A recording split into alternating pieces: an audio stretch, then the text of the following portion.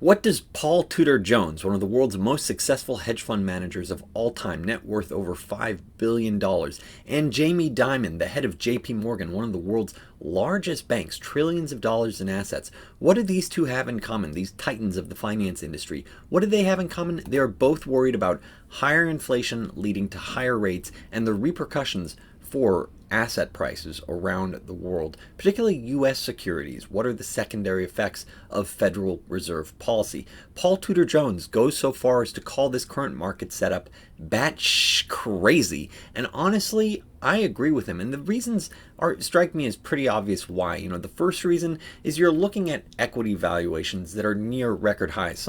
In some ways, it's like blowing it out of the park just in terms of how expensive some things are. I mean, now, even in the dot-com bubble, you would have things that, 20 times sales, 30 times sales. Here it is, you're seeing things 40, 50 times sales. You have bond yields also at record low valuations. Worse, the inflation figures that came out last week are around 5% in the US, and that's a big red flag because it's significantly higher than the Federal Reserve mandate. And then this leads to the fourth concern. So you have high equity prices, very record low bond yields, inflation that's significantly above the Fed mandate of 2% at 5% last week. And now it's the secondary effect of all of this is that you're effectively in negative real rates. Negative real rates are a big issue because it's effectively fixed income is so low. What you can get in the bond market is so low relative to inflation that by buying any sort of fixed income, you're effectively losing money each year. You're at a negative real rate when you subtract out inflation. So that's a big concern. So what are these two titans of the financial industry doing? What's Paul Tudor Jones doing? So he's laser focused on the Federal Reserve. He's like a hawk watching what they're going to do later this week. And his playbook, honestly, is fairly straightforward. If they continue, if the Federal Reserve continues to have their head in the sand in terms of the economy and inflation picking up and continue to have sort of a backward-looking approach to what they're doing, literally buying back, tens of billions of treasuries each month, sort of continuing to juice the economy, ignoring the elephant in the room, then he thinks, look, this is full-on inflation trade where you buy commodities, buy gold, buy speculative assets. He thinks if they just completely nonchalance attitude towards the 5% inflation figure from last week.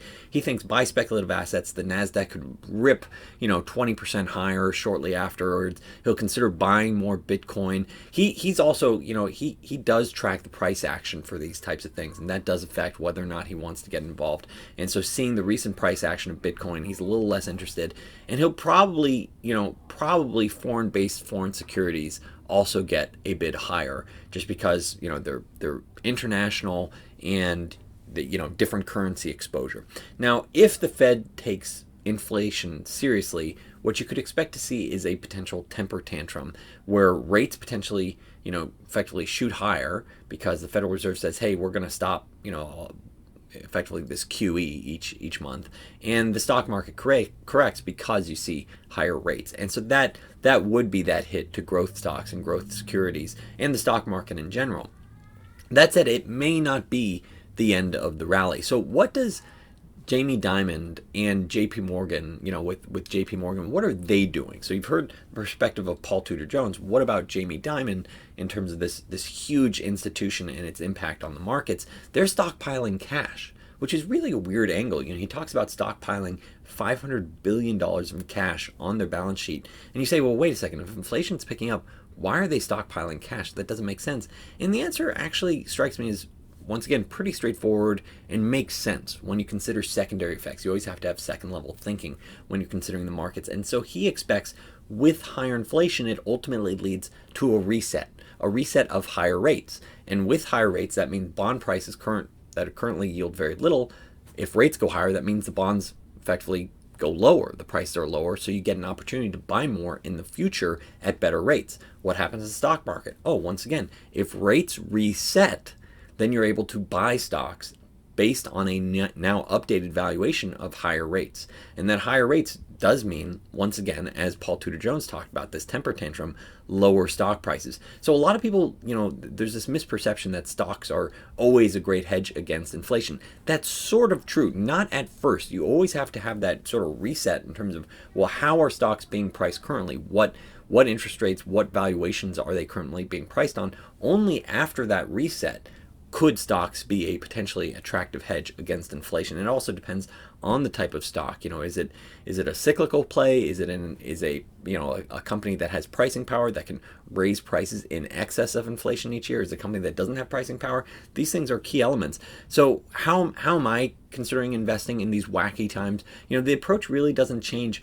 No matter what the Federal Reserve's doing, I just try to keep a very open mind where, I'm not Paul Tudor Jones, I'm not Jaime Dimon. I'm trying to do something that's right for my own personal journey, my own personal investment journey. And if this is your first time tuning in, my name is Daniel. You're watching Unrivaled Investing. This is a no hype, mission focused channel trying to find exceptional companies and unrivaled investments. And so my approach, as I just laid out, I'm looking for unrivaled investments, unrivaled companies. That means they have a good or a service that might give them an edge to capture market share or give them the chance to win over time. So no matter what inflation's doing, no matter what the Federal Reserve is doing, I want to find these companies that should be growing at a good clip. If it's cyclical, I'm a little less excited about it. And also, this is a key point that I see a lot of folks sort of struggle with, is that you need to pay a sensible price. You can't just say, hey, this company's so great, I'll buy it regardless of valuation, because there are three components that drive your return: fundamentals, cash, and valuation. And you could have great fundamentals, but it can be fully offset by valuation. And that's something that I see when investors potentially overpay for securities. And also have a global focus. I think that's really critical, especially now as we're considering the fact that the US does have negative real rates. That means you can effectively, inflation is far in excess of what fixed income potential returns are at this point. And so if you're putting your money in cash, if you're putting your money in, treasury securities, you're getting a negative return each month, each year, because inflation's picked up. You haven't really had that reset yet in valuations that say, hey, now's the point to go all in on stocks. I would argue it's just something to be mindful of what you're looking at. So my perspective of take a global perspective and see what's potentially unrivaled in other countries and where it could potentially benefit from this setup, where global investors say, hey, we don't want to own dollars, we would rather own these other foreign currencies. And that does lead to a bid on those foreign stocks over time, those foreign assets over time. As an example, so it doesn't just seem like pie in the sky what I'm talking about. One stock I've routinely talked about in these videos is Alibaba, which I think is an incredible company based in China. You can watch the video, I'll leave a link to it, where I think it sort of checks out that profile, those three variables that drive your investment return. Start with valuation. I think relative to historically, this is, I think, the lowest valuation it's had as a public company. Next up, it's historically growing and continues to have strong growth prospects, growing, let's say, between 15 and 25% per year potentially in the years ahead. And then the third component is it does have significant free cash flow that they can use to buy back stock or reward shareholders in other ways, or reinvest it in really compelling new venture ideas. So, there are ideas out there. Yes, every company, every country has its own risks.